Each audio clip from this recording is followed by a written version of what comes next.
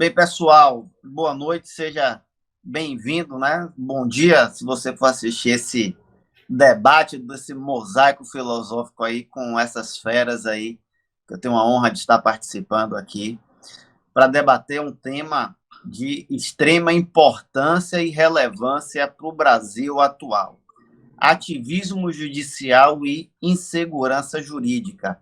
Será que esses temas eles possuem alguma relação entre si? Será que o ativismo judicial, de certa forma, ele influencia na insegurança jurídica? Ou a insegurança jurídica, de certo modo, ele faz com que o ativismo judicial ele passe a existir? Então, esse tema a gente vai refletir a partir de olhares multidisciplinares aqui. Nós temos aqui historiadores, temos um advogado aí, temos especialista na área de segurança pública aí, e eu sou da área de gestão, gosto lá de acompanhar a política, vou poder dar minha pintadinha aí das observações sobre essa temática que eu acho muito importante. Aurélio, eu vou começar contigo, meu amigo. Você que é historiador, conhece aí do passado do Brasil, o tema ativismo judicial, na sua visão ou na realidade histórica do Brasil, ele é um fenômeno novo ou ele é algo que já foi registrado ao longo aí, desde o surgimento do Brasil até o Brasil atual? Boa noite a todos aqui. Boa noite porque a gente está gravando à noite aqui. E as lives serão noturnas, então automaticamente é isso. Então, em primeiro lugar, historiador, não, historiógrafo, né? Porque hoje, historiador, eu considero, não existe uma classificação rígida, mas eu considero aqueles que têm mestrado ou doutorado, principalmente doutorado em história, que aí pode se classificar como historiador, senão nós vamos chamar todos os professores de história de historiador. Então, o historiógrafo é aquele que tem compromisso com os princípios da historiografia, né? Por isso, historiógrafo, que o memorialista não tem. O memorialista é aquele que recolhe as memórias orais, né? Aquele que meio que inventa também, né? Repete o que ele viu em algum lugar ou ouviu em algum lugar. Já o historiógrafo já está no nível intermediário, né? Porque ele realmente checa se aquilo faz sentido, de qual é a fonte, enfim. Mas, então, acho que como historiógrafo eu estou bem, não tem problema nenhum ser historiógrafo. É, a insegurança jurídica. No antigo regime, digamos assim, que era o regime do Reino Unido, regime, quando nós éramos parte do Reino de Portugal, né, as coisas iam mais ou menos bem nesse ponto, embora sempre com problemas. Né? Eu lembro que Catarina de Áustria, no meu canal, a biografia dela, foi regente entre a morte de Dom João III e a regência de Henrique, que depois vai para Sebastião I, depois volta para Henrique, mas Catarina. Ela tentou reformar o judiciário naquela época para que o judiciário funcionasse. Né? E o judiciário sempre com problemas de funcionamento. Não que ele não fosse independente. Ele era. Isso é uma coisa. O Reino de Portugal era muito importante nisso. O Rei Manuel já defendia isso, teve as ordenações manuelinas que previam uma independência do judiciário. O judiciário do Brasil ele só não foi independente mesmo no Estado Novo, que não tinha como ser, porque é uma coisa muito. Ou aquela vez que o Floriano Peixoto disse: não, se o Supremo conceder habeas corpus, eu quero ver quem vai conceder habeas corpus para os membros do Supremo, se o Supremo conceder habeas corpus. Aí já foi uma ameaça direta do presidente, e o pessoal entendeu o recado e não deu mais habeas corpus para ninguém naquela época. Mas isso não significou também, mesmo com o Floriano Peixoto, não há uma ruptura na ordem jurídica. Né? O judiciário não inventa, não cria algo que não esteja na Constituição ou no Reino de Portugal que não estivesse nas ordenações. Nós não tínhamos uma Constituição, as pessoas falam, porque fizeram a Revolução do Porto para ter Constituição, a gente saudou aqui, mas já tinha as ordenações. Né? Aliás, no caso nosso, eram as Filipinas já, né? As Manalinas vêm antes das Filipinas. Mas essas ordenações eram muito avançadas para seu tempo. Isso é tranquilo. elas muito avançadas para o seu tempo. Então não vejo por aí o problema de insegurança jurídica. Né?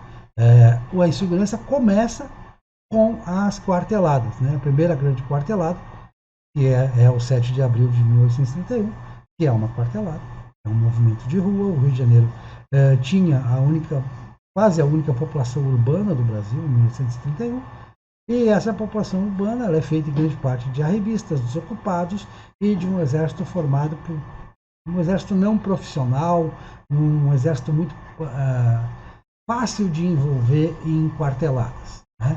Ali você teve a primeira quartelada, o imperador foi cercado no palácio e disseram, bom, ou você abdica ou... Né? Tá. Ah, não tem nenhuma força me apoiando? Não, todos se uniram, ponto. Então, pronto. Isso foi a primeira. Depois nós tivemos outras quarteladas, incluindo a proclamação da República. O hábito das quarteladas, até que Dutra virasse a chave do exército para evitar isso. Aí 64 não é propriamente uma quartelada, mas não é uma quartelada no molde antigo. Isso criou insegurança jurídica. Né? Isso criou insegurança jurídica e também as constantes mudanças de legislação. Nós tivemos várias constituições, nós tivemos várias leis. E, aquilo que a gente chama populismo. O que é populismo? Né? Então a população está insatisfeita, então eu vou lá e derrubo tudo, mudo tudo, né? Porque é mais fácil para mim, como líder político, ter o apoio popular. Né? Então as instituições não ficam. Né? E por último, agora, tempos recentes, não teve mais nenhuma quartelada, mas nós temos o ativismo judicial e o ativismo do legislativo, que segue. O legislativo continua. Se você pegar a Constituição de 88, já é uma coisa meio sonhática, ela não fecha, a conta dela não fecha. E aí, como a conta dela não fecha, você vai emendando lei, só não faz as reformas que tem que fazer. As que tem que fazer não faz, porque aí afeta o interesse de um e de outro, então não faz. E aí o judiciário, alguém do judiciário chega e diz, não, mas a gente legisla porque o Congresso não faz. Não, não é porque o Congresso não faz, o Congresso faz até demais. Ele não, o presidente também, o presidente pode fazer medida provisória e faz muita medida provisória. Todos os presidentes aí, não tem um que se salve nessa questão da medida provisória, como era o decreto-lei. Agora, quando chega, diz, o ministro dos... Não, a gente legisla porque o Congresso não faz. Claro que o Congresso faz, mas não faz o que ele quer. Mas ele está lá como um agente político. Então, isso é a politização do judiciário, que também aumenta a insegurança jurídica. Mas o Bernardo então, vai falar da questão do judiciário no dia a dia. Os processos lentos, essa coisa toda. Isso também é insegurança jurídica. Pelo que eu entendi, então, Aurélio, deixa eu ver se eu entendi resumidamente. Insegurança jurídica é um fenômeno que sempre acompanhou a política brasileira de um modo geral, o passado, mas o ativismo judicial é um fenômeno recente. Seria não isso? Totalmente. Não totalmente. Você pegar os impeachments de 1955, ali foi ativismo judicial. No Congresso, mas foi ativismo judicial. Tem vários exemplos de ativismo judicial. Não é total.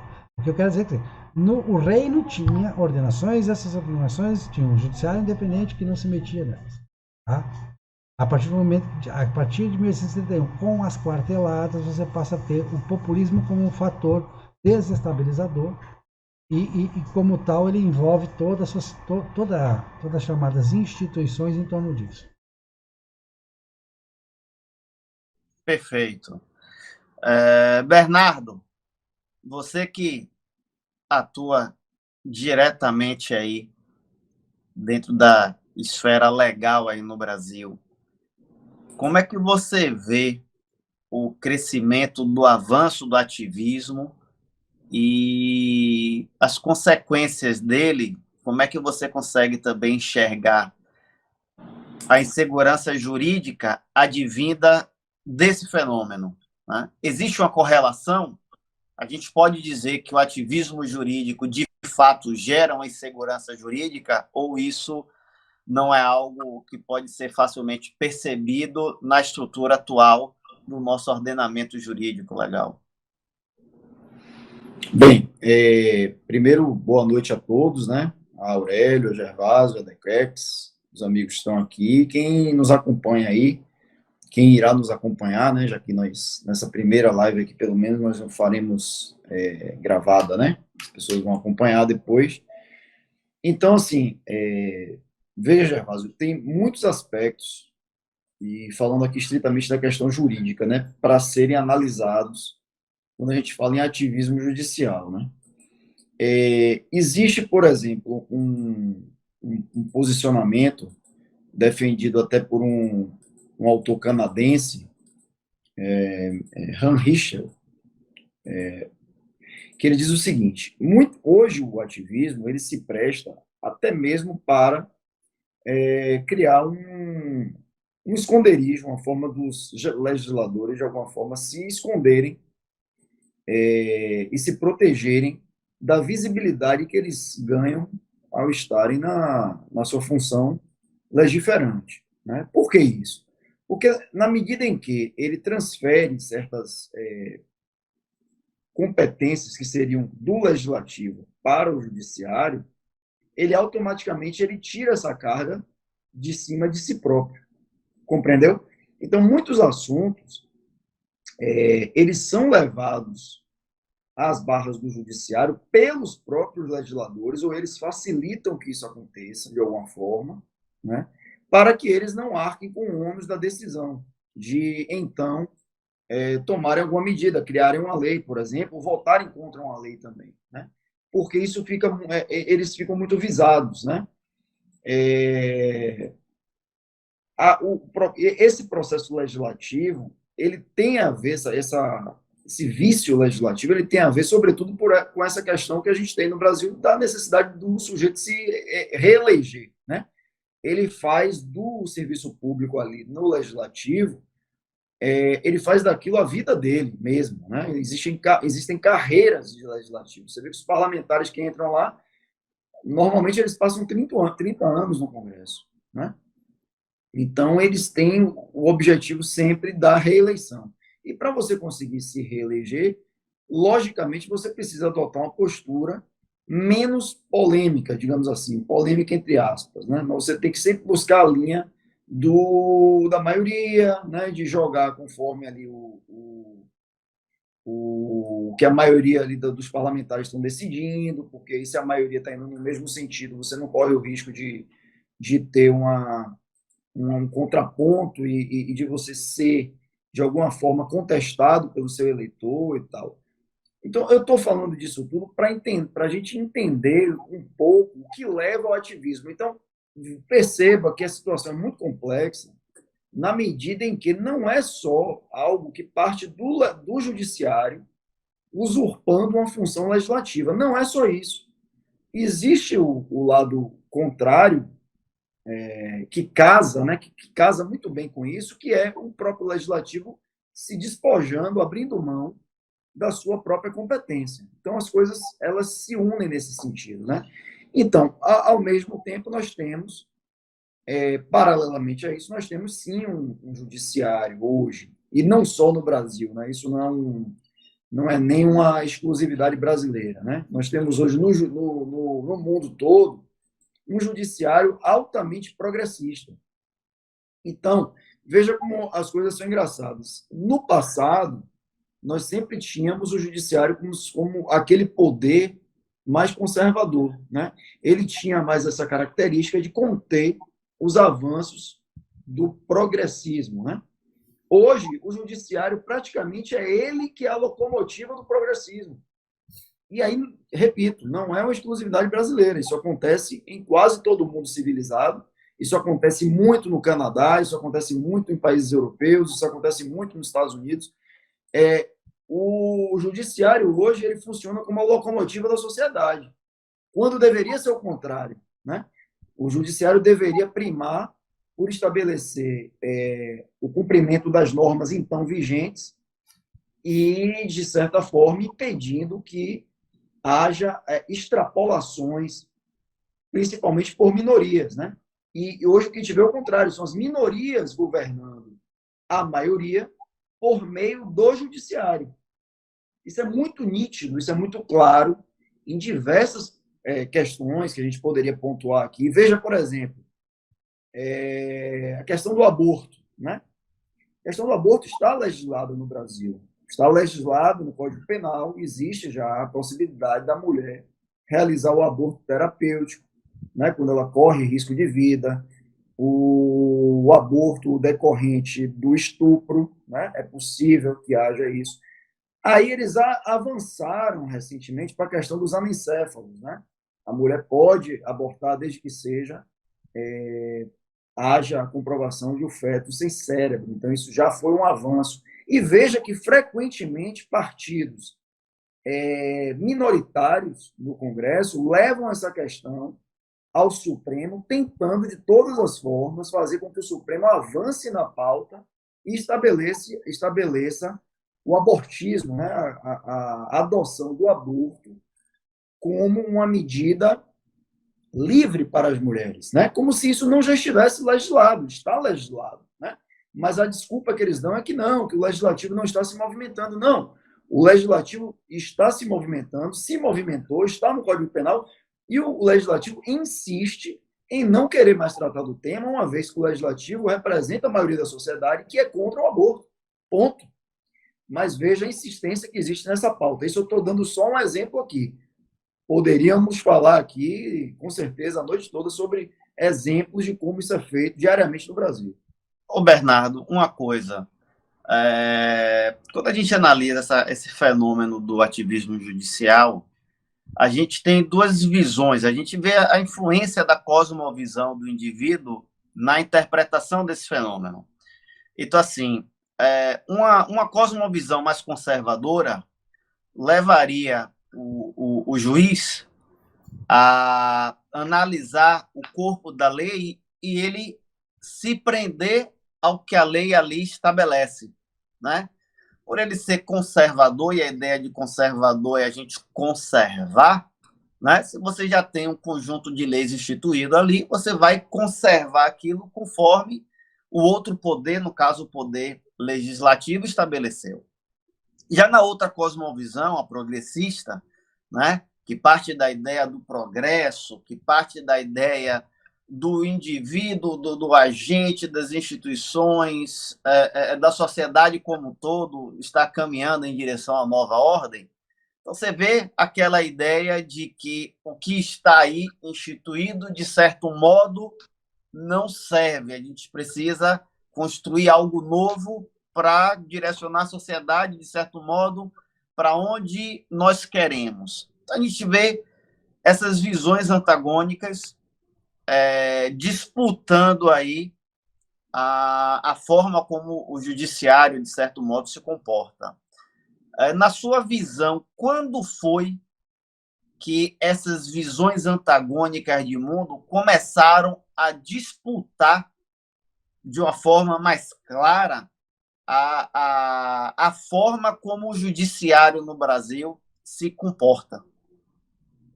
Essa sua ponderação, Gervásio, foi providencial, assim, eu entendo, inclusive para esclarecer certas coisas, e acho que sua linha de raciocínio ela corrobora exatamente o meu pensamento, no sentido de que não é possível, acho algo assim muito difícil de a gente imaginar, um ativismo conservador, né? Me parece uma contradição em termos assim completa imaginar um ativismo conservador. Pô, como seria esse ativismo conservador?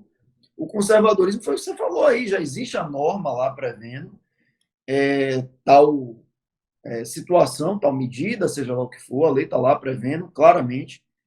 E quando o juiz transborda dessa sua função e vai além do que está escrito, né, na lei, ele só consegue fazer isso com um exercício, uma ginástica intelectual muito grande para poder fazer aqueles exercícios que se faz de interpretação, para poder ir além da norma, né?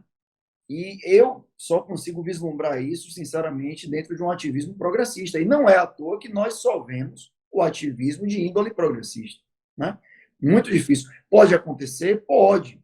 pode existir um juiz que queira, ao arrepio da lei, né, desconsiderando completamente a lei, dar uma decisão de cunho mais conservador, violando uma certa norma, isso pode existir, mas me parece que isso só teria como se verificar na prática num caso muito pontual, no caso de um juiz individualmente ter esse pensamento, mas não em bloco, como nós vemos hoje claramente na sociedade, muito menos num tribunal, que é o que nós vemos também em vários tribunais brasileiros.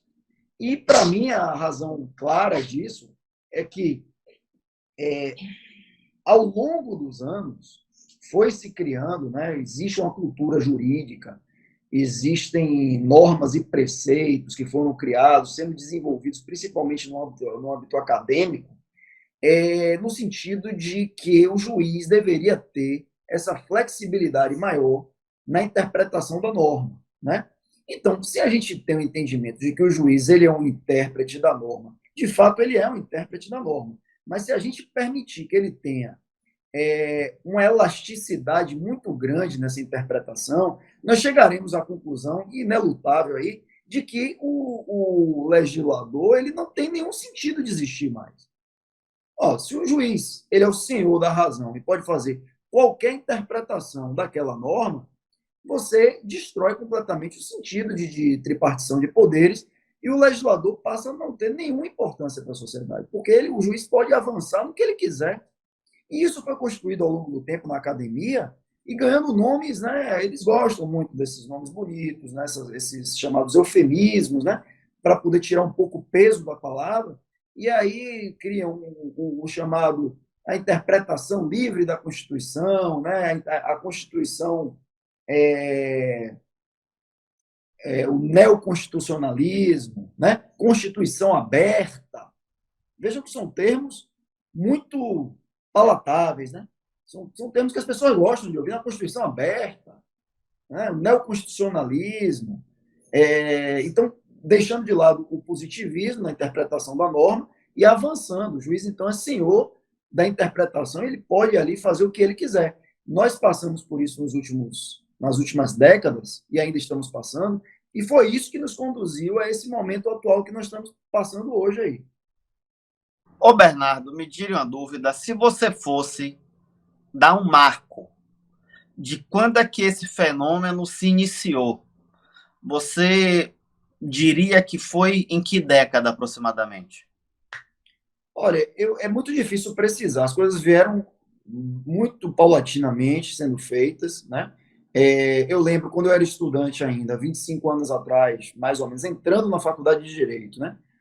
Tem mais ou menos 20 que eu saí, então 25 anos atrás já se falava no tal direito alternativo, muito aplicado no Rio Grande do Sul, que é um dos estados da federação em que o progressismo sempre foi mais acelerado, principalmente no plano do judiciário e do Ministério Público. Então, sempre foi, então isso era chamado, apelidado de direito alternativo. Nós vimos muito isso também em relação, aí Dequex poderia falar com muito melhor propriedade do que eu, e tenho certeza que ele vai fazer isso aí, em relação ao direito penal, quando se fala do garantismo, né, que é mais ou menos nesse período, né, houve lá razões para existir o garantismo, mas isso veio avançando, avançando. Então, a gente poderia colocar aí mais ou menos 3 décadas em que essa coisa se intensificou. Mas certamente isso é mais antigo, muito mais antigo. E aí a gente demandaria que a gente falasse aqui talvez aqui da escola de Frankfurt, que a gente talvez pudesse entrar também lá no Antônio Gramsci. Acho que está tudo interligado, mas para ficar estritamente no Brasil, se situar no Brasil e na parte mais jurídica da coisa, 3 décadas, um pouco mais. Eu acho que Dequex vai poder falar melhor sobre isso. Perfeito. E aí era nesse ponto que eu queria chegar para o Dequex, que é o seguinte: Dequex, de certo modo, a insegurança jurídica, no meu modo de ver, no senso comum, né, eu consigo perceber conexões da insegurança jurídica com essa sensação que o brasileiro tem sobre a impunidade. né?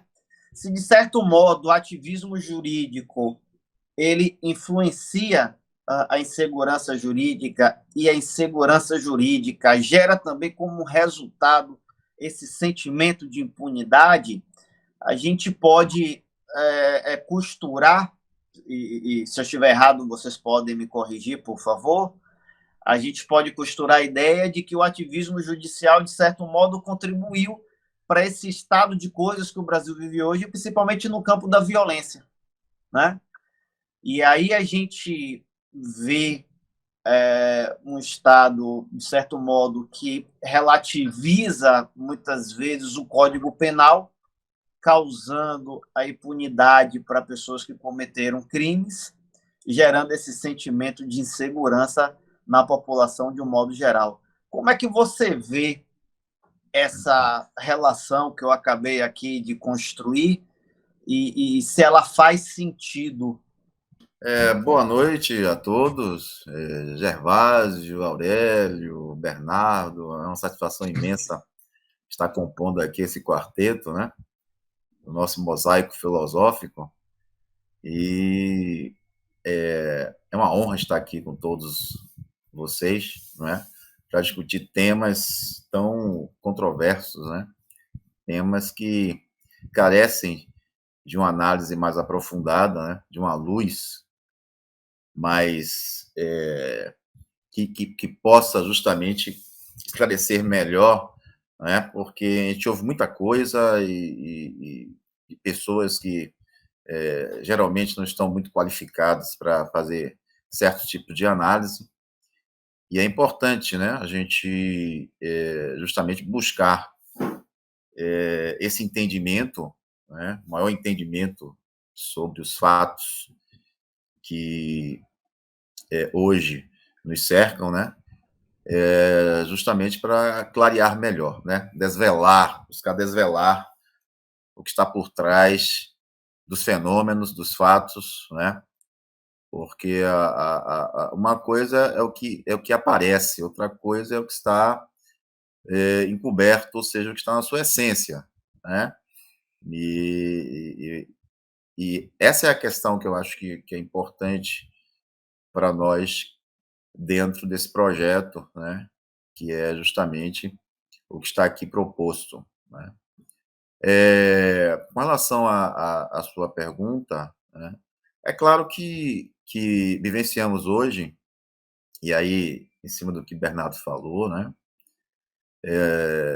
é um fenômeno que não nasceu hoje, né, tem aí algo aí na década de 60, 70, e começa justamente a ganhar corpo, né, porque é justamente o período onde o marxismo ganha mais força, né, a partir da década de 60. É só observar os movimentos estudantis lá nos Estados Unidos, né, a questão dos movimentos Panteras Negras, movimentos feministas, tantos outros movimentos que surgiram naquela época, né, a chamada juventude transviada, e está tudo dentro desse contexto, né? Ou seja, não só dentro do mundo jurídico, mas também no campo das ciências sociais, no campo da antropologia, né? Antropologia, sociologia, ciência política. Então, você começa a ver toda essa discussão que sai do campo mais do positivismo, a la Comte, né? do organicismo, das concepções mais próximas da ciência biológica, né? E começa justamente a descambar dentro dentro do espectro marxista, né? Então você vai começar a observar que basicamente todas as ciências, como foi no período da virada do século XVIII, o século XIX para o século XX, né, a influência das ciências naturais nas ciências sociais, nós vamos também observar, a partir justamente meados do século XX, uma influência maciça da cosmovisão marxista nas demais ciências, né?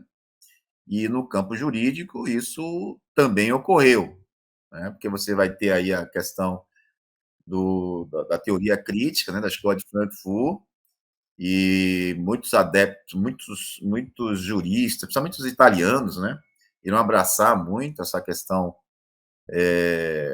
da teoria crítica, né? Só lembrar de Alessandro Barata, Ferrajoli e outros tantos, né, que começaram a desenvolver essa ideia de que há a necessidade de um direito que não punisse as classes menos favorecidas, né? Ou seja, as minorias, né? Porque dentro da concepção crítica, a teoria crítica, havia a questão do conflito de classe, né? Ou seja, o conflito de classe também é levado para o que se poderia chamar de marxismo herético, né? Herético por quê? Porque, de qualquer forma, ele se contrapõe ao que se chama de marxismo ortodoxo, que seria o marxismo leninista, né?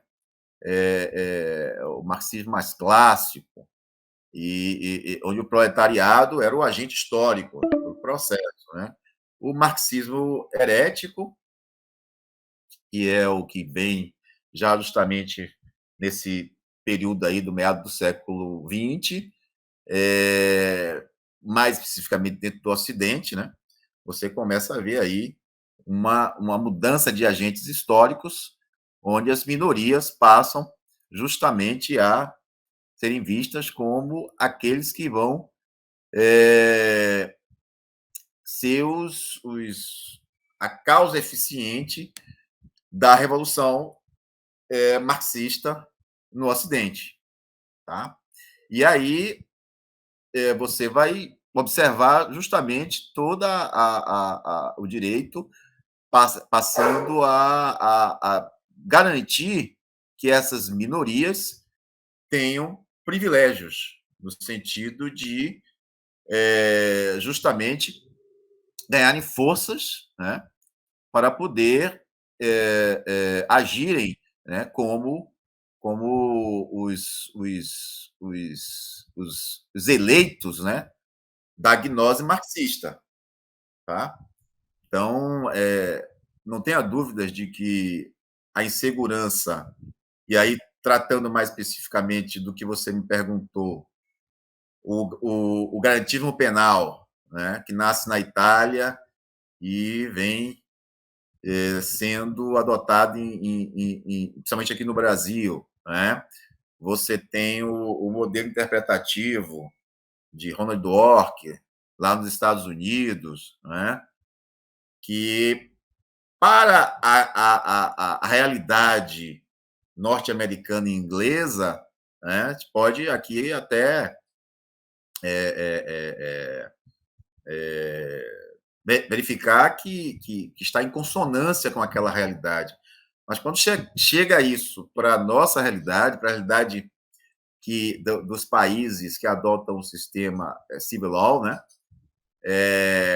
que é basicamente a questão do positivismo, né, essa questão fica mais complicada, justamente porque você começa a usar a interpretação para coisas coisas que estão claras, né? Ou seja, quando você vai observar os movimentos no campo jurídico, lá no século XIX, movimento dos direitos movimento do direito livre, quando você vai observar a jurisprudência dos preceitos e etc., lá lá na Europa,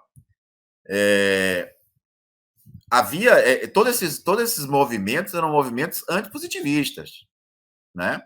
E é importante a gente observar isso. Toda teoria que quando surge, ela se contrapõe uma à outra. Ou seja, com quem ele está dialogando, né? Com quem aquele teórico está dialogando. Então, se você pegar Hans Kelsen, por exemplo, Hans Kelsen, todo o diálogo de Hans Kelsen é justamente com os justos naturalistas, né? O justnaturalismo. E alguns teóricos positivistas ingleses, né, que antecederam a ele. Quando você adianta isso, né, para o século XX, é Hans Kelsen que passa a ser o alvo das teorias jurídicas. É Hans Kelsen que começa a ser contestado. Se você for observar hoje nos currículos das faculdades de Direito, Hans Kelsen praticamente foi execrado, né? Em nome de um modelo que aqui no Brasil, não sei bem que modelo está se adotando. Aqui no Brasil adota-se muito o hibridismo, né? É hibridismo para tudo, só que é um hibridismo totalmente louco, né? Onde ele começa a misturar coisas que não se encaixam, criam monstros, né? E no Brasil, o que você observa é isso. Você começa a pegar uma teoria aqui, uma teoria ali, pega o Ronald Dork aqui, pega a Ferrajoli ali, você vai pegando aqui outros e tentando encaixar para ver o que é que dá. E dá justamente esses monstros que nós estamos observando aí, sabe? Então, respondendo essa sua primeira pergunta com relação à insegurança jurídica e a relação com a criminalidade, sem sombra de dúvidas, essa relação existe, né? Justamente porque o garantismo penal e o ativismo jurídico ele favorece as classes, as minorias, e dentro do campo das minorias estão justamente os criminosos. É só observar Alessandro Barata com relação ao seu livro Direito Penal, né, que ele fala sobre a discussão dele sobre criminologia e direito penal, onde ele enfatiza de que, por exemplo, o presídio é uma fábrica de criminosos, ou seja, você precisa como criminalismo penal, você precisa tirar você precisa eliminar o preso, eliminar o presídio, justamente para que essas pessoas não sejam estigmatizadas. Então, uma pessoa comete o delito e ainda assim é vista por eles como pessoas que estão sofrendo algum tipo de exploração, estão sofrendo algum tipo de estigma, de preconceito. Foucault vai na mesma linha, vai dizer que o infrator que a polícia leva para a justiça vai se transformar no delinquente dentro do presídio, ou seja, é o presídio que gera o delinquente. Então, são esses absurdos que começam justamente a fazer sentido dentro das cabeças esquizofrênicas de muito, né, que não sabem mais distinguir o que é real do ficcional, e aí você começa justamente a verificar essa relação do ativismo jurídico com o aumento da criminalidade. Inclusive, eu escrevi um artigo, né, falando sobre isso, cujo título é a crise sacrificial e a relação dessa crise com a segurança pública, onde eu mostro justamente das consequências do ativismo jurídico para a criminalidade. Tá bom? Bem, meus amigos, né, fizemos aí primeiro ciclo aí que cada um fez suas exposições iniciais diante dessa condução inicial. E aí eu gostaria de perguntar a vocês quem gostaria aí de dar continuidade ao que já foi debatido aí, comentando em cima do que algum de vocês aí já trouxe de abordagem. Bom, o penal tem dois aspectos, né? Quando você fala, vamos separar aquilo que todo mundo considera crime no Brasil, por tradição, nossos valores. Temos nossos valores, o que é crime? O homicídio é crime, o roubo é crime, o estelionato é crime. Forçar alguém sexualmente é crime, o abuso é crime. Esses são os crimes que toda a população considera crime, toda ou quase toda. As pessoas saudáveis e normais consideram crime. Tá? Isso é evidente que admite que existe uma impunidade relacionada a isso, ela é histórica, e ela tem piorado muito dos tempos para cá, a partir da Constituição de 88 e de todas as regras que foram colocadas. Né? As penas são insuficientes, as cadeias você vai para lá, você pode ficar falando no celular, pode fazer golpe lá de dentro, você pode receber visita íntima. Tudo isso realmente são coisas lamentáveis do nosso sistema judiciário, sistema legal. Tá? E existem os crimes que as pessoas não se dão muito conta, não está muito. Tem valores, mas a gente não sabe que o cara pediu lá uma propina por causa de uma obra e tal. Tem muita gente que acha que isso, bom, deixa isso andar, deixa isso rodar, que isso aí resolve o sistema, você faz as coisas, andarem, e isso realmente houve um refluxo, como era se esperado, como houve na Itália, como o cara teve mãos limpas, houve um refluxo e não se voltou a isso, e nós tivemos um refluxo disso no Brasil com a Lava Jato. Então, mas nesse campo que você fala do crime natural, o que acontece? Se o Estado não fizer, alguém faz. Isso sempre foi assim na história dos povos. Você, na verdade, você pode até dispensar uma estrutura judiciária para isso. Você não precisa ter uma estrutura para controlar isso, porque as pessoas controlam. A investigação de um crime natural, um crime de roubo, um crime de estelionato, um crime de sequestro, ela pode ser pública, ela pode ser privada. Quando eles chegam lá nos Estados Unidos, o woke, não queremos mais polícia. Bom, polícia vai existir sempre. O que você não quer é a polícia pública, então vai existir privada, vai existir polícia para quem pode pagar. Existe investigação para quem pode pagar. A gente sabe que em Salvador que tem ruas de determinados especializados em comércio que não acontece nenhum roubo ali. Você pode sair com um maço de dinheiro na mão, na rua. Não acontece. Por que não acontece? Porque o sistema privado substitui o público. E isso leva, e tem levado no Brasil constantemente, lá pelas tantas, para o crime organizado. Para a instituição. Por quê? Quem mais sofre com crime natural no Brasil? São os mais pobres. Eles estão muito mais expostos. Quando você diz assim, mas os caras não se importam, vai lá o ministro e solta, dá habeas corpus pro cara que abusou 200 crianças lá. Por quê? Porque ele está no condomínio de luxo, ele está todo protegido, ele tem segurança. Então quem sofre mais são os mais pobres. E os mais pobres dão um jeito deles. Até porque na comunidade o judiciário não entra. Se o judiciário é ruim para investigar um crime na Barra ou na Praça, ele é muito pior para investigar um crime no Paripe, para punir um crime que aconteça no interior da comunidade. Crime natural. Então, alguém vai cuidar disso. E aí entra o crime organizado. O crime organizado cuida disso. Ou você acha que se você abusar de alguém, ou se você matar alguém, ou se você roubar alguém dentro da comunidade lá, você não vai ser punido? Você não vão descobrir quem foi? Claro que vai. Com mais eficiência e mais celeridade do que o Estado. E sem o devido processo legal, lógico. Esses luxos não cabem. A situação é emergencial. E aí você tem o crime organizado. O crime organizado vai cuidar disso. Ele cuida dessa parte dos crimes naturais. E aí você, mas o tráfico, mas tem muita gente que é a favor da legalização, então, entendeu? Já sai um pouco da questão do que os valores de uma sociedade consideram como crime natural. Agora, o que me preocupa em termos de insegurança jurídica, é buscando agora possível dentro da questão da impunidade também. Por exemplo, nós temos um problema estrutural no Brasil, problema da formação de capital fixo e de crédito. Nosso juro é muito alto. Isso é história. Sempre foi. Por que o juro é muito alto? Porque você não cobra. O judiciário não funciona para cobrar. Você vai cobrar uma dívida, demora a vida inteira. Você vai ter uma restituição que você não recebe. Você tem um direito para exercer econômico. Leva 20 anos na justiça. Isso é insegurança jurídica.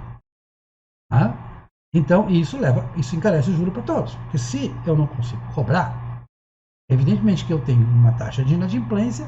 Essa taxa de inadimplência é maior quando eu não consigo cobrar, porque é um mau exemplo. O cara se dá bem ficando devendo. O cara se dá bem passando um golpe. Não é punido pelo sistema. E aí isso aumenta. A mesma história do condomínio. O condomínio explica tudo. Quem de vocês... Eu moro em condomínio. Morei em vários condomínios. Então o que acontece? O condomínio tem lá 50 pessoas. 10 não pagam. As outras 40 vão pagar pelas 10. Aí você tem uma legislação que leva 10 anos para você cobrar o condomínio inadimplente. Quando você consegue chegar na cobrança efetiva, o leilão do apartamento do sujeito não paga a dívida do condomínio. Isso é absurdo. Tem juiz dizendo que a relação condominial é relação de consumo. Não é relação de consumo, obviamente não é relação. Mas já teve juiz dizendo isso. Eu conheço advogados que lidam nessa área. Ah, mas não, tem que respeitar o direito do consumidor, por analogia. Não existe direito do consumidor aplicado à taxa de condomínio. Isso é uma loucura. Né? Isso faz parte dos erros de formação do nosso campo jurídico, que tem 1 milhão de advogados com carteirinha de OAB, que tem que as nossas universidades federais, são mais de 100 universidades federais, continuam formando centenas e centenas de bacharéis em direito todos os anos, eu não sei para quê, com dinheiro público. Para quê? Para criar essa cultura?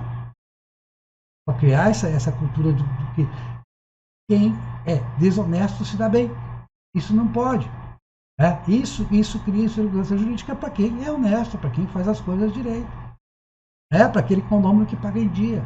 O condomínio que paga em dia, ele vai pagar um condomínio de R$500, ele vai pagar 600, 700, porque o outro não pagou, porque a lei não age. E no condomínio ninguém vai resolver isso na base de como se resolve a parte criminal. Então eu queria passar um pouco para o Bernardo para comentar isso também. Não é só no crime, no civil também a gente tem uma impunidade, também tem um benefício para quem não anda direito. Eu só queria fazer um complemento, Aurélio. Você falou aí, na sua fala, me veio aqui, e eu acho que vai facilitar para o Bernardo aí também, que é o seguinte, de certo modo, na disputa ali do direito, né, para você buscar a verdade ali e fazer com que a justiça seja feita, né, você tem ali, você acaba existindo um confronto do sofismo versus a filosofia, né? Principalmente quando você tem papéis antagônicos ali em uma disputa no devido processo legal, onde você tem um juiz ali que vai ouvir ambos os lados e decidir pela lei, né? E isso acaba sendo meio que, de certo modo, entrando um pouquinho no que a gente falou anteriormente, sobre o progressismo, sobre o conservadorismo também. Né? E eu queria que o Bernardo falasse sobre isso, né? E como isso acaba, de certo modo, impactando na insegurança jurídica, né? Nessa questão da impunidade, e se isso, de certo modo, Bernardo, ele se estende para a questão econômica também, né? Você vê se isso também é fruto de uma má formação acadêmica dos advogados, ou se isso já está, de certo modo, também materializado na questão cultural, no famoso jeitinho brasileiro, né? Onde o sofismo, dentro desse contexto, ele tem que prevalecer, eu tenho que ganhar e não necessariamente me preocupar com a lei, com o que é legal, com o que é moral. Bom, tem um pouco disso tudo aí mesmo, né? Não é só uma questão de formação acadêmica dos chamados operadores do direito, não é só isso. Tem uma questão cultural também muito forte, mas me parece que, como o Decrex colocou aí, mais especificamente na questão do garantismo e dessa absorção do marxismo, né, dentro do próprio direito, houve sim uma absorção no campo jurídico desses valores marxistas, né? Então, quando a gente fala aí, Decrex falou muito bem aí de uma figura que acho que teve influência decisiva para esse tipo de virada, né, histórica, é o próprio Foucault. Né? Então, essa questão da prisão, que ele também analisava a questão dos hospitais, dos manicômios, e das escolas, juntamente com as prisões, ele tinha essa visão muito particular, né, de que tudo isso são formas de aprisionar o homem, e essa coisa toda serviu para embasar, teoricamente, com teses, inclusive, psicológicas e tal, todo esse desenvolvimento que a gente teve no garantismo penal brasileiro, né? Infelizmente. Então, assim, é muita coisa, né? Talvez a gente precisasse aqui de alguns programas para dissecar melhor toda essa gama de temas que envolvem essa questão do ativismo judiciário. Mas, assim, falando mais especificamente dos impactos econômicos disso, a gente tem, por exemplo, antes de entrar, por exemplo, no impacto econômico, vamos falar do impacto social, né? Ainda hoje eu estava revendo uma entrevista com o, o sujeito que serviu de inspiração do filme lá, do BOPE, né, o Capitão Nascimento, que é Rodrigo Pimentel, Decoex deve saber bem quem é aí, e ele estava na entrevista dele no Brasil Paralelo, falando exatamente sobre os impactos que advieram lá daquela decisão que foi tomada monocraticamente pelo Supremo, inclusive, impedindo as ações nas comunidades, lá nas favelas do Rio de Janeiro, né? Então, ele tem lá os números, por exemplo, a quantidade de mortes, de furtos, de roubos, etc., como houve um incremento na atividade criminosa após essa decisão, né?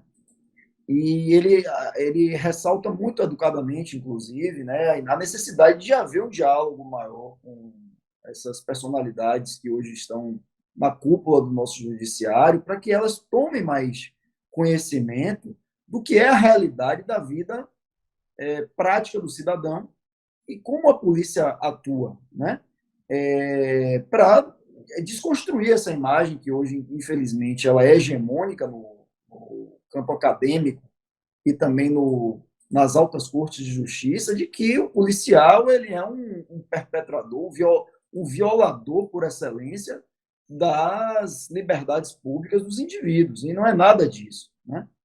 Não é nada disso, mas é preciso que haja esse diálogo para que algumas arestas sejam desgastadas e que a gente consiga avançar para que haja um entendimento mútuo do papel da polícia também em relação ao judiciário, que me parece que são instâncias que não estão dialogando, né? E essa entrevista é muito boa do Rodrigo Pimentel, recomendo que as pessoas até que estejam ouvindo a gente aqui procurem no Brasil Paralelo, muito boa. E falando especificamente dessa coisa dos impactos econômicos, Herbaldo, a gente tem, por exemplo, veja, o Brasil hoje ocupa, segundo o ranking Heritage de liberdade econômica, mas nós temos outros rankings também. Esse eu acompanho mais, que é o Heritage. Você tem o Brasil hoje ocupando a posição de 100º, 24º colocado, e aí fica variando, às vezes vai até 100º, 28º colocado, em liberdade econômica. E é interessante notar, eu já fui estudar melhor sobre esses índices, né, o que eles usam, na verdade, para medir esse índice. Um deles, interessante as pessoas saberem disso, é o papel do Poder Judiciário na questão da produção ou não de segurança jurídica, né? E aí é fundamental isso a gente entender, porque se o Judiciário ele se torna muito ativista, isso gera insegurança jurídica na medida em que as pessoas não sabem que decisão vai vir dali, porque você tem um corpo de leis, né? Você tem um sistema legislativo, você tem um ordenamento jurídico. E aí, por exemplo, o investidor que vem para o Brasil, vamos lá, imaginar um investidor na área de celulose e ele quer comprar terras, plantar eucalipto ou alguma planta congênere e depois produzir papel ou produzir qualquer outra coisa derivada do papel e tal. Então, um investidor como esse, hoje, vamos pensar no cenário de hoje, vendo essas questões de invasão de terra, MST, essa coisa toda, é lógico que o investidor vai pensar 10 mil vezes em vir para o Brasil, e provavelmente não vai vir para o Brasil. Não vai vir. E quando você tem um judiciário que chancela esse tipo de invasão de terra, o investidor, sem sombra de dúvida, ele não vai pisar os pés aqui. Então, esse capital, existe uma fuga de capitais. Não só o investidor ele deixa de vir para o Brasil, como os que já estão investindo, eles saem do Brasil. Exatamente, é isso que eu ia falar, Bernardo. Um dos Fuga problemas de capitais. da nossa formação de capital é quanto dinheiro brasileiro tem no estrangeiro, porque ele não confia no judiciário do seu país. Perfeito. Isso acontece a todo tempo. Veja que eu estou dando aqui exemplos pontuais. A gente poderia aqui se debruçar a noite toda sobre diversos exemplos como esse. Você pega, por exemplo, a questão da gratuidade das passagens, né? As pessoas acham isso maravilhoso no Brasil, né? Tem que ter gratuidade para o policial, tem que ter gratuidade para a pessoa que trabalha no conselho de tutelar, a gratuidade para estudante, gratuidade para idoso, gratuidade para pessoa portadora de deficiência. Olha, é tanta gratuidade, o cardápio é tão extenso, que isso as pessoas não entendem, que isso gera um impacto para quem paga. Então, depois as pessoas não entendem por quê. Pô, tenho um empregado na minha empresa, ou 10 empregados na minha empresa, está pesado pagar o auxílio transporte da pessoa. Ou, às vezes, o cara é um empregador individual doméstico, né, que tem uma trabalhadora na casa dele, aquele transporte da empregada, uma única empregada, está se tornando oneroso para ele. Então, essa pessoa chega a um ponto de estrangulamento que ele vai preferir demitir a pessoa, né? Vai dispensar o empregado, porque aquilo se torna tão oneroso que não dá. Então, aquela célebre frase que nós sempre falamos, né, que acho que é de Milton Friedman, né, que não existe almoço grátis. Engraçado que a gente vê isso, alguns esquerdistas falarem essa frase, né? Só que eles não conseguem pegar essa frase e traduzir para o mundo real. Não existe almoço grátis, é exatamente isso. Você precisa compreender que alguém vai estar pagando por aquilo. Não existe o dinheiro chamado dinheiro público, o dinheiro não existe. Todo o dinheiro sai dos nossos bolsos aqui como contribuintes, né? Estado não gera riqueza. Quem gera riqueza somos nós, que pagamos, remuneramos o Estado para que ele nos dê alguns serviços, e mesmo assim muito mal prestados, né? E, por fim, para não me estender muito, eu queria falar um pouquinho só sobre a escolha desses juízes no processo de ativismo judiciário. Veja que nós temos esse sistema, Gervásio, muito antigo, que também existe nos Estados Unidos, mas que me parece que está ultrapassado. Um sistema que já deu mostras de que que não tem mais como existir, porque a quantidade de situações em que existe uma promiscuidade de trocas aí na questão política e jurídica é muito grande. Então, assim, essa nomeação, por exemplo, de desembargadores pelo governador dos estados, né? É ele que nomeia os desembargadores. Aí você vai para o STJ, que é a instância ainda superior, presidente da República, depois o Supremo, presidente da República também. Essas escolhas, claramente, e agora nesses 2 ou 3 últimos governos federais, nós observamos isso muito bem, uma disputa muito grande ali em quem vai ser nomeado, porque, a depender de quem seja nomeado, vai garantir aquilo que eu quero como governante, vai garantir certas políticas públicas. Então, isso aí não dá mais para ser assim, não tem como. É imperativo, na minha visão, que haja uma... O problema, Bernardo, as alternativas me parecem complicadas. Por exemplo, uma das alternativas pensadas é que o próprio judiciário indicasse. O judiciário que tem hoje, estou dizendo primeira, segunda instância e tal, vamos supor que fosse isso, os desembargadores dos estados, mais os desembargadores dos TRFs elegessem. Me parece que o resultado podia ser pior. A gente pode... isso pode ser feito através de criação de critérios, né? Existem critérios são usados, aí a gente poderia, para ser um critério bem objetivo mesmo, a gente poderia usar só a antiguidade, mas você poderia ter outros critérios que, de alguma forma, pudessem conformar essas escolhas a questões mais técnicas, né? Mas é lógico, Aurélio, que solução perfeita nunca vai ter. Existem propostas aí, por exemplo, de mandato, né? esses juízes, desembargadores... Mandato é problemático. Vamos supor o seguinte, você pode ter um mandato de 8 anos. Aí o grupo de esquerda ou de direita, um grupo que representa uma parcela da população ganha a eleição presidencial e ela vai conseguir ter todos os ministros durante esse mandato. Isso é perigosíssimo. Então, nos Estados Unidos, você ainda tem uma maioria conservadora dentro de um governo progressista, por quê? Porque é vitalício. Sim, a diferença do negócio é vitalício. Aqui nós temos a expulsória 75. Então, uma das coisas que a gente poderia avançar é na vitalicidade, né? Você vê que realmente aí, claro, os mais antigos, aí você podia pensar na antiguidade, porque você podia pensar na antiguidade, dizendo, não, cara, tem um teto aqui, você entra com 65, 70 anos. Tá? Porque isso realmente modera as coisas, né? Sim. Isso torna a pessoa com 65, 70 tende a ser mais moderada. Tem os que não são, bem, mas é uma tendência geral. E aí você, vitalício é vitalício. Vitalício é ótimo. Quando o cara não aguentar mais, aí tem aquela regra que a gente já tem no serviço público, com 24 meses de afastamento por auxílio-doença, aí tem que ser obrigado a aposentar por razões médicas, né? Eu tô só assim colocando algumas situações que estão aí sendo ventiladas até por alguns parlamentares e tal, existem essas ideias. Eu também não estou defendendo nenhuma delas aqui, não. Eu acho assim que a única coisa que realmente a gente deveria avançar é para o fim da escolha pelo chefe do executivo. Eu acho que esse modelo ele já se mostra muito desgastado, e veja como isso está acontecendo também nos Estados Unidos, né? Você vê uma disputa muito grande hoje em quem o presidente da República lá vai escolher como ministro da Suprema Corte.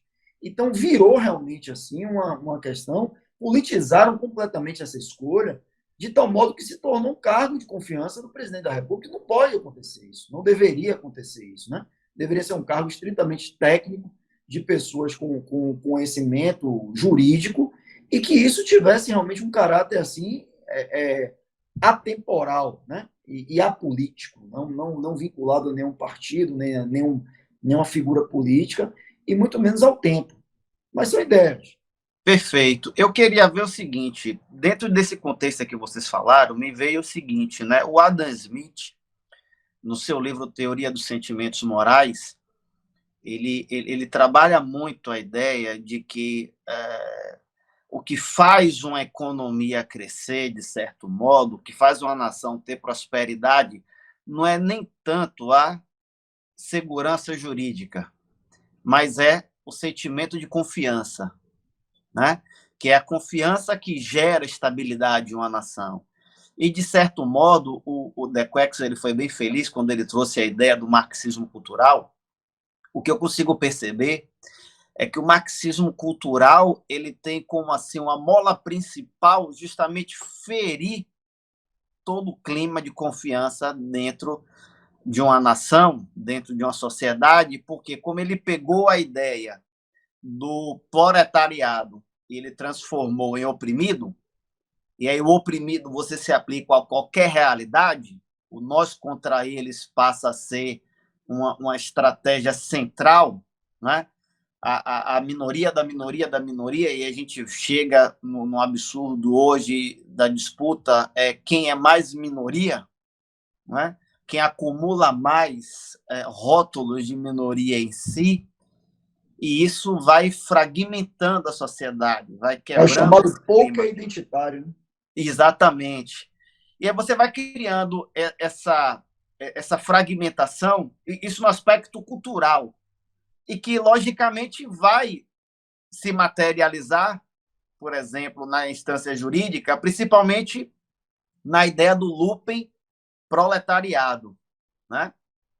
E aí tem um conceito que o Herbert Marcuse trouxe, que o Bernardo traz até no livro dele também, Nadando contra a Corrente, na verdade, 2 conceitos, que é a tolerância repreensiva e a tolerância libertadora. Então, de certo modo, se o indivíduo ao qual eu estou julgando ele ali, eu estou analisando a conduta dele, seja do ponto de vista cultural ou do ponto de vista jurídico, se o indivíduo ele atende aos critérios à la progressista, das minorias, etc. e tal, então eu vou adotar a tolerância libertadora, ou seja, liberta-se da prisão da consciência. Agora, se o cara não se adequa a esses critérios é a tolerância repreensiva. Para ele, nada, apenas o rigor da lei. Né? Será que, de certo modo, o que existe hoje nesse ativismo judicial que a gente consegue visualizar no Brasil é justamente essa tentativa revolucionária do marxismo cultural de a tudo corroer para fragilizar esse clima de confiança que existe no Brasil, porque, pegando a ideia da dialética negativa, né, da teoria crítica, você tem que criticar tudo de modo a aquilo que existe ser destruído, para do caos a gente conseguir emergir uma nova ordem de coisas. Será que eu viajei demais em um tom meio conspiracionista nisso tudo, ou faz sentido? Eu gostaria de me pronunciar. Veja só, a desconfiança ela é um dos instrumentos de qualquer regime totalitário, né? E aí, tanto o nazismo como o comunismo, que são duas faces da mesma moeda, né? Comunismo e nazismo são irmãos, eles utilizam a questão da desconfiança justamente para criar o conflito, não é? Se você tem um livro, O Homem Soviético, né? de uma escritora, não vou aqui me aventurar a dizer o nome agora, né? Mas onde ela mostra justamente, né? Ela faz uma série de entrevistas com pessoas da antiga, da Rússia, né? Mais especificamente, falando sobre onde as pessoas externam, né, o seu sentimento com relação à Rússia, com relação ao comunismo e etc. Né?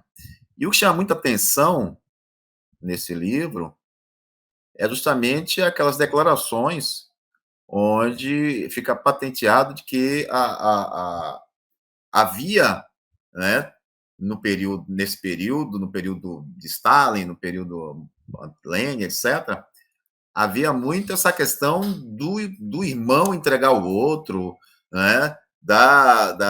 Do pai entregar o filho e vice-versa, né? Que é o que hoje nós observamos na nossa realidade. Né? Aquela coisa de denuncie, denuncie, denuncie. Então, é o pai, é o filho denunciando o pai, é o marido, é a esposa denunciando o marido, né? Ou seja, você começa parece ser uma coisa boa, parece ser uma coisa, né, interessante, né, isso, mas no fundo o objetivo principal de toda essa questão da desconfiança e da denúncia é criar o conflito, né? Para o regime totalitário, para o processo revolucionário, até se chegar ao poder, o conflito é necessário, é fundamental, né? E hoje nós observamos muito isso. Mas vai chegar o momento, quando o poder se consolida, esse conflito vai parar de existir. Por quê? Porque não vai ser tolerado. A tolerância da Revolução Comunista ela se dá até o momento da chegada do poder. No momento que chega-se do poder, tolerância zero para qualquer tipo de conflito. A Rússia agora, recentemente, proibiu qualquer propaganda LGBT. E aí? Quem acha que o comunismo é tolerante com as diferenças? Vai dizer o quê? Fale, O comunismo não é tolerante com as fale de diferenças. racismo em Cuba, que tem, e muito, Exato. para ver o que acontece. Exatamente, exatamente. Não existe tolerância em regime totalitário. Entende? A tolerância é zero. E a questão da desconfiança, ela é fundamental dentro desse processo. Né? Por quê? Porque, como já dizia Marx, né, é o conflito que é o motor do desenvolvimento histórico. Tanto é que ele diz o seguinte: o proletariado ele vai ter a missão de quê? Ele vai ter a missão de estabelecer a ditadura do proletariado para poder justamente abolir todo o sistema capitalista Mas não vai, mas a ditadura do proletariado não vai ficar, não vai permanecer. Ele permanecerá até o momento em que extinguir todo o sistema anterior, tá? Ou seja, é apenas um processo, uma etapa do utopia. processo de consolidação. Sim. A mesma coisa vai acontecer com as minorias. Sim, mas as minorias, elas, só um momentinho, as minorias, elas são toleradas justamente porque elas substituíram o proletariado nesse processo. E ela vai justamente ser abolida quando esse processo finalizar. Entende? Esse é o processo. É só entender a lógica marxista para entender o que está acontecendo e o que vai acontecer. Não precisa muito estudo nesse sentido, não. Mas aí que acontece o seguinte, você falou lá na sua primeira intervenção, o marxismo a partir dos anos 60 e tal. Muito bem. Eu estudei muito a turma de 34 e 37. E teve realmente um marxismo forte no Brasil nesse período, né? Que deu até intentona, Natal chegou a ser governo lá por uma semana. E teve aquele Sherman, né, que é o senador lá do Pará, que liderava uma turma naquele congresso que o Getúlio vai fechar. O Getúlio fecha em 77 justamente dizendo que o marxismo estava forte. Mas aquele marxismo não era identitário. Aquele marxismo ele era revolucionário, mas numa perspectiva antiga, né? Na perspectiva, até porque o próprio Marx não fala disso. Você já viu Marx falando que tem que emancipar, fazer cota racial? Não tem nada disso, pelo contrário. Né? Se ele fala Marx tem que emancipar as mulheres, não fala nada disso. Marx não é feminista. Aliás, as feministas da época, desse período 34, 37, elas estavam na linha do fascismo. No fascismo italiano mesmo, né? As primeiras ligas feministas estavam filiadas ao getulismo pela via, porque o Getúlio tinha várias formas das legiões, a Legião Mineira, a Legião Paulista, que eram legiões de inspiração no fascismo italiano e Mussolini. Usava até os símbolos próprios de Mussolini. Então, o fascismo não estava ligado aos marxistas, aos que se diziam marxistas da época.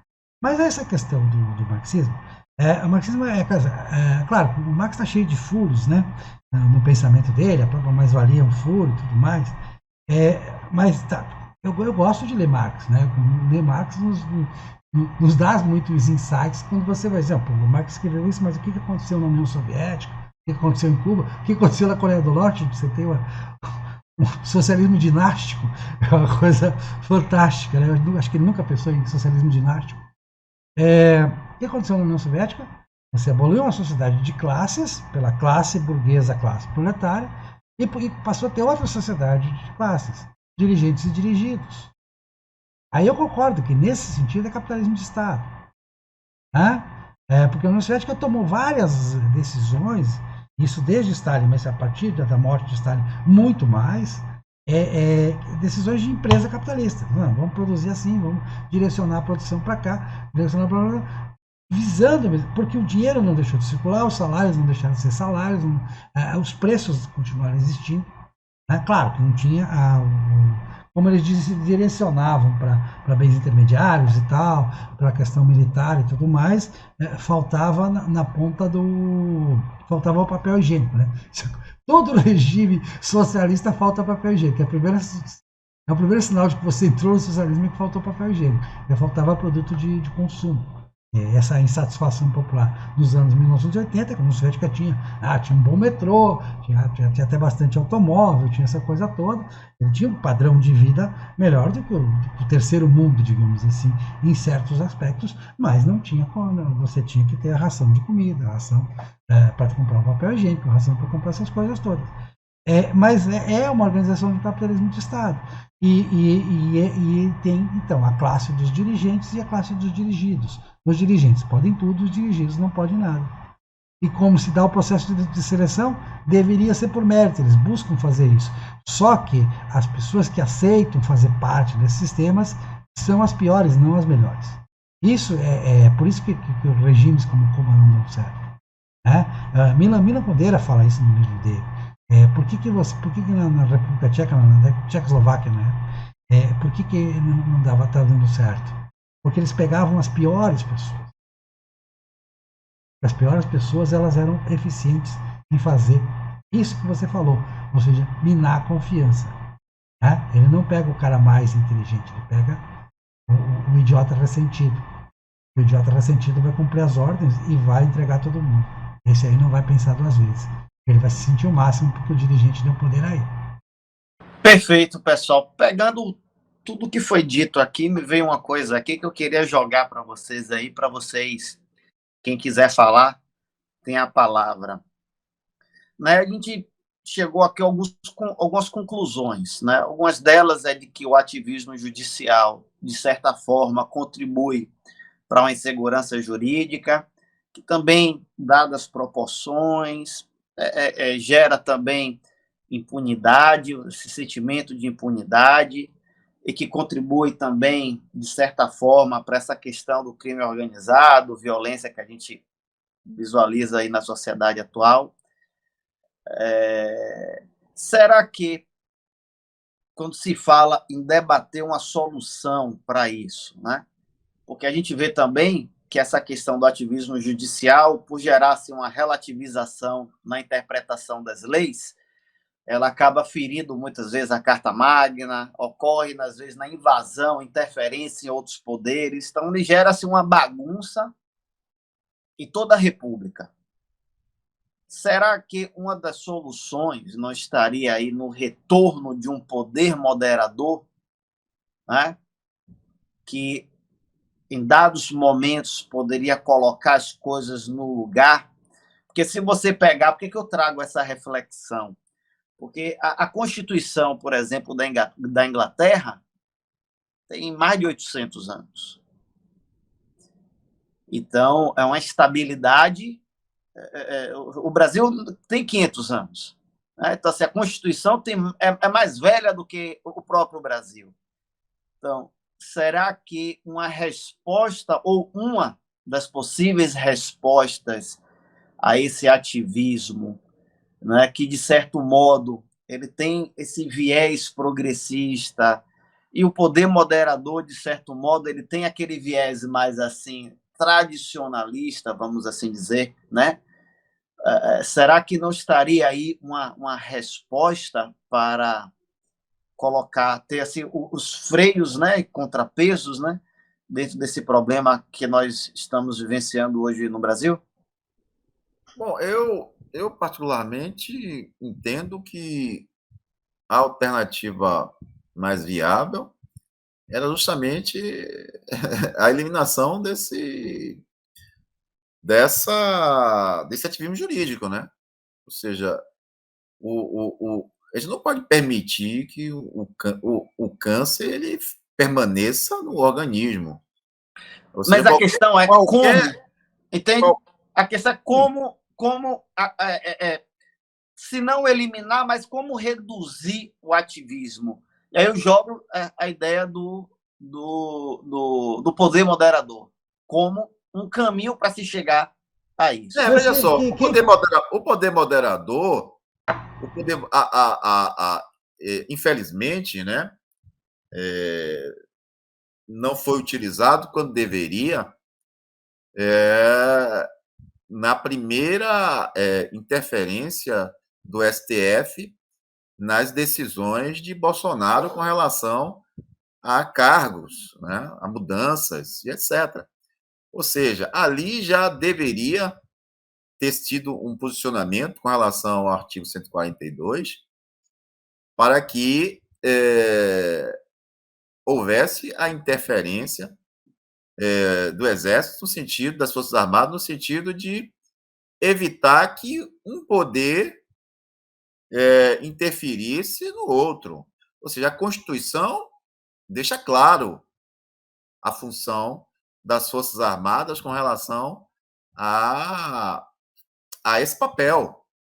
Né? Ou seja, o poder moderador existe, mas isso aí é quando é acionado por um dos poderes. Com relação ao ativismo, eu só vejo uma solução. Ela está no campo da formação. você precisa justamente modificar a formação jurídica no Brasil. É essa formação que precisa ser. O problema está na formação. Como o problema está na formação, não no âmbito jurídico, mas no âmbito geral, da metodologia de Paulo Freire. Ou seja, as pessoas ficam procurando causas onde não existem. Né? Ou seja, a causa da má educação está na criança, ou está no professor. Não, está na metodologia paulo freiriana, está no sócio-conjuntivismo. Entendeu? Esse é o problema da formação de forma geral. Na formação jurídica, é justamente a inserção dessas teorias. Toda teoria, e aí eu vou utilizar o termo que você utilizou, né? Toda teoria produzida por um sofista, ela leva ao erro. Ela leva a um sistema de erro. E as teorias que se adequam, ou as teorias que são utilizadas para implementação do ativismo jurídico, são teorias errôneas. Tá? São teorias construídas a partir de ideologias que levam ao erro, que levam a imagens falsas da realidade. Então, se você pegar um aluno de direito hoje, ele tem uma concepção totalmente errônea da realidade, por conta justamente dessas teorias que eles têm acesso. Eu estudei em universidade pública e você só tem acesso a livros de esquerda. É proibido livros que não sejam de esquerda dentro das universidades. Isso é um absurdo. Né? Se fala da liberdade de ensinar, da liberdade de aprender, da democracia dentro da universidade, mas não existe democracia nenhuma. Né? Existe uma censura. Eles gostam de usar o termo pluralidade, né? Não tem pluralidade nenhuma. A pluralidade deles. Tá? É a mesma coisa. Comunismo para os outros e capitalismo para eles. Então, é tudo uma hipocrisia, tudo uma questão de que você necessita justamente retomar a ideia de que a universidade, de que o ensino ele deve levar justamente o conhecimento, né? A verdade. Levar o conhecimento significa dar a verdade. Nós observamos hoje justamente o contrário. Elas levam a uma realidade ficcional. Entende? Ou seja, com relação ao poder moderador, existe esse poder moderador quando acionado. Não vejo como uma solução que deva existir, como existiu, né? Como Aurélio sabe disso aí, que é historiador, como existiu na época do Império. Eu considero de fundamental importância mudar toda a questão do sistema de educação, de formação. Quando o imperador foi usar, foi derrubado. Então não adianta. Aí você, ele usou, porque eu vou demitir o ministério. Mas nós militares não aceitamos. Como não aceitamos? Então, não, mas então eu não faço. Então cai. Então, se você não tiver uma mentalidade geral e que sirva como uma mentalidade moderadora, a mentalidade tem que ser conservadora. Nós temos que resgatar nossos valores conservadores. Porque parte dos nossos valores brasileiros são conservadores. Tá? Então, mas isso é outra discussão. Nós estamos no inteiro de segurança jurídica, eu acho que a gente já esgotou o tempo aqui. Nós vamos ter outros temas, né, outras lives, em que a gente vai debater cada um desses temas que a gente tocou ao lado da insegurança jurídica. Para encerrar, eu gostaria que vocês, brevemente aí, temos 10 minutos para encerrar, que vocês fizessem aí as suas considerações finais. Começando aí pelo Aurélio. Não quero usar nem 2 minutos. Só para dizer que essa é a primeira nossa experiência gravada, né? As próximas serão ao vivo, a gente está se organizando para isso. Já fizemos essa experiência gravada e vamos tratar todos esses temas, aprofundar esses temas e de uma perspectiva filosófica. É o que eu pretendo a minha participação aqui. Eu acho que o Bernardo pensou esse grupo nesse sentido, né? Para que a gente não fique também fulanizando no dia a dia, para que a gente busque as referências teóricas, e isso eu acho que nos falta, entendeu?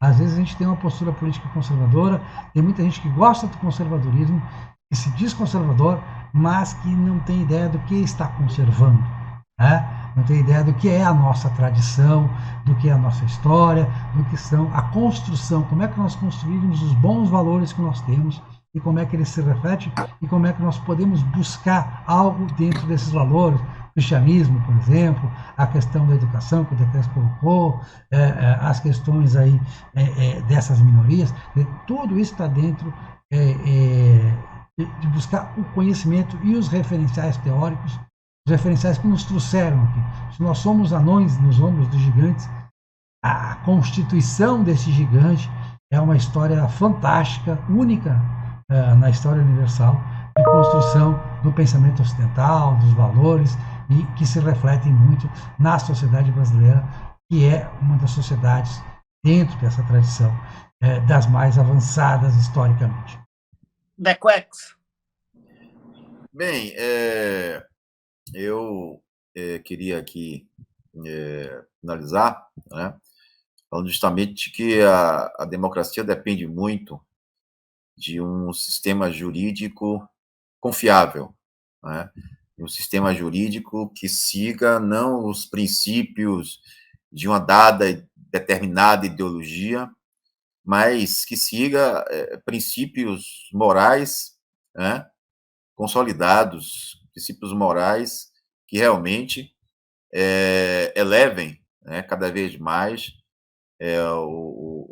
o ambiente, a sociedade, os indivíduos. Então, uma sociedade livre depende de um judiciário livre, né? Depende de um judiciário livre.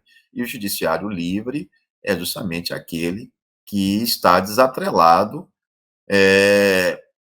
do sistema político e, mais especificamente, desatrelado de qualquer tipo de ideologia. Nós estamos aqui querendo que ele siga a ideologia A, B ou C, muito pelo contrário, né? É justamente a negação das ideologias que vai levar justamente a uma sociedade que nós almejamos, que é uma sociedade livre, uma sociedade em que as pessoas possam se expressar livremente, pensar livremente, discordar livremente, sem nenhum tipo de reprimenda, sem nenhum tipo de ameaça, como hoje nós estamos observando no nosso contexto, né? Nós não podemos falar, nós não podemos pensar, né? Ou seja, nós estamos sendo justamente controlado justamente por aquele órgão, por aquele sistema que deveria justamente garantir a nossa liberdade, tá? Então, essa é a mensagem que eu gostaria de deixar, né, para finalizar. Bernardo, meu amigo. Eu queria finalizar apenas dizendo o seguinte, que nós iremos encaminhar essa live que nós fizemos aqui, que não é nem bem uma live, né? Está gravado, para os nossos amigos, nossas pessoas, os colegas, os amigos, pessoas mais próximas, querendo, assim, que eles nos deem um feedback, um retorno para nós ajustarmos melhor o modelo que nós vamos adotar. Nos ajudem a construir aqui esse projeto, dando sugestões, ajudando e lembrando sempre que nas nossas próximas nossos próximos encontros, nós teremos a participação das pessoas também, através do chat, das perguntas, etc. Então, obrigado a todos aí, boa noite, gente, e até semana que vem. Bem, meus amigos, é uma honra dividir esse palco aí com vocês, né? Eu aqui me sinto aprendiz diante de gigantes, né? E a vocês que vão poder assistir essa transmissão, depois as lives, acompanhem, dê sugestões de temas. Vocês perceberam na dinâmica aqui, que é muito conhecimento para pouco tempo. Então, a ideia é que fique esse gostinho mesmo de quero mais, para que vocês acompanhem a gente sempre nas próximas edições, tá bom? Deus abençoe a todos vocês, um forte abraço e até o próximo Mosaico Cultural.